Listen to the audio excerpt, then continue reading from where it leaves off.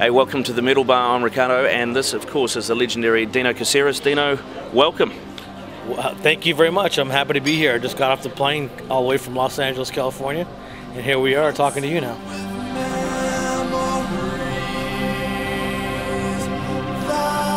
So you had a break, from the Fear Factory. You got back together with Burton, and you've done the new album Mechanized, which is out early next month.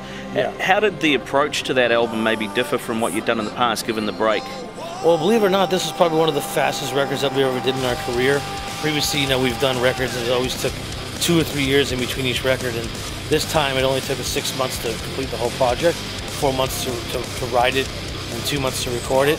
And it just, the chemistry was there, me and Burton, just really, the magic just kind of hit once again. And boom, of course playing with Gene Hogan and Byron Stroud, and just being in the room all together, working with those guys, the chemistry, the magic just came out. And it's a very aggressive, very powerful record, and I can't wait for people to hear it.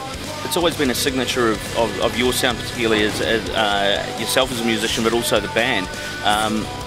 I remember seeing an interview with Bill Ward from Black Sabbath, and he talked about as a kid in Birmingham, living in these working class kind of suburbs near the factories, and hearing the factories banging along at night, and he used to play drum fills with his fingers on the headboard of his bed while he was listening to them, and that kind of influenced the Sabbath drum sound.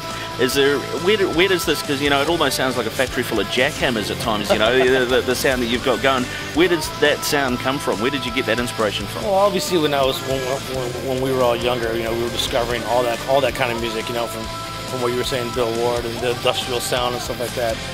So when I was growing up, I was always trying to imitate those bands, and try to take some of the rhythm and stuff like that. And I was really influenced by a lot of the industrial bands like Ministry and early Nine Inch Nails and Killing Joke and bands like that.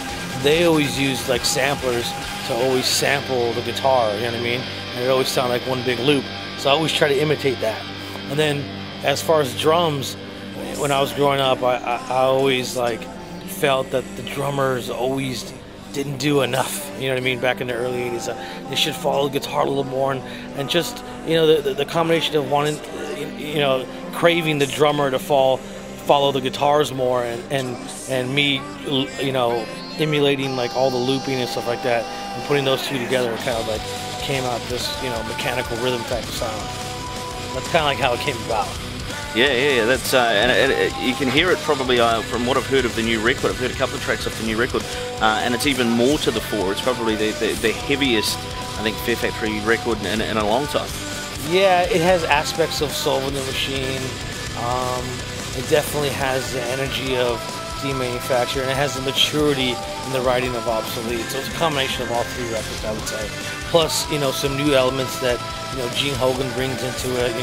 The really cool drum parts with drum fills and stuff like that. And I'm actually doing a guitar solo on the record, which is actually the first time for any Fear Factory record, and it just came out great. And what's you say the first Fear Factory record with you playing guitar solo on it? Where did that come from? Where did you just go? Fuck this, man! I want to rip out a solo, so I'm just going to put a solo on here. This isn't sacrosanct. It's my band. I do what I want. It's kind of a little bit of all that, but it was I was telling Bert, I want to do a little bit of a guitar solo. And he's like, okay, Dino, but it's got to be the right one. All right, and then we were in the studio, and he actually had to take off. He went home for a few days, and so I actually recorded the guitar solo while he was gone. And I'm like, well, I better send it to Bert, see if he likes it. And so I sent it to him. He listens to it, and he calls me back a few days later. And he's like, Dino? And I'm like, yeah. And he goes, the solo? And I'm like, yeah. I thought he was going to say cut it. And he goes, I love it. And so it worked out. It made it to the record, and so we're very happy. It's a beautiful thing, man. With Fear Factory, a lot of the themes, I guess, you could say, are futuristic or sci-fi. A lot about man being made obsolete by machine, or man becoming part of the machine, etc. Yeah. Is that a thing that's a Burton thing that comes from the lyrics, or is that a thing that the whole band is kind of interested in, and that inspires the music as well? Well, it's definitely, like when being Burton on this record, I can give him a little bit an idea, just a little bit of a spark, and then he obviously takes that little spark and he can actually create something big out of it. That's one of the great things about Burton, is that whenever he sings about something, he goes and investigates it and learns it, whether it's futuristic, whether it's now. But on Mechanized, a lot of the early concepts that we were talking about, like on Demanufacture and Obsolete and all that stuff, man versus machine, all that stuff's kind of pretty much caught up to where we are now. So this is a very now album, you could say. Lyrically, it was. Nice. You guys also, you know, all the members of the band keep themselves very busy with other projects. You know, there's City of Fire is obviously coming through, and yourself with Divine Heresy. Yeah. How do you juggle that? How do you keep all those balls in the air and go, oh, I'm touring here, but I've got to be in the studio here. I've got to write songs for this here. How do you get your head around that? You know, it's difficult because it's very, very, very time consuming. But you know, this day and age, you got to keep busy with all the different projects. You know, obviously Burton does City of Fire with Byron, and I do Divine Heresy with Tim Young and Joe Payne. And those records, you know, those records that we create, we still love those. Those kind of like an extension of who we are. You know what I mean? And but it's going to be difficult because Fear Factory seems to be really taking off again, and some of those bands are going to get less time. But you know, you can understand. You know, Fear Factory, Mechanized Records, amazing, and we're going to be touring the world nonstop.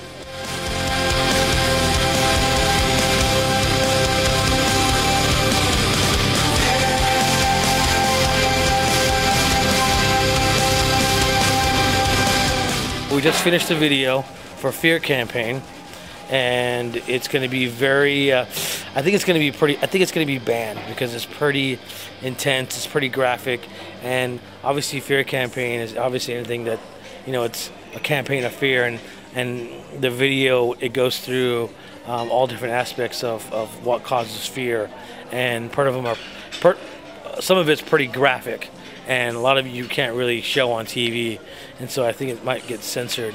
Ah, okay. So you probably only get to see it on YouTube or somewhere.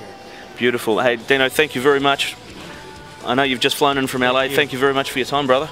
Thank you very much, and I can't wait to go out there and play and, you know, do this New Zealand, Australian tour, and I can't wait to come back. Can't wait for everybody to hear Mechanized. Comes off February 9th. Check it out.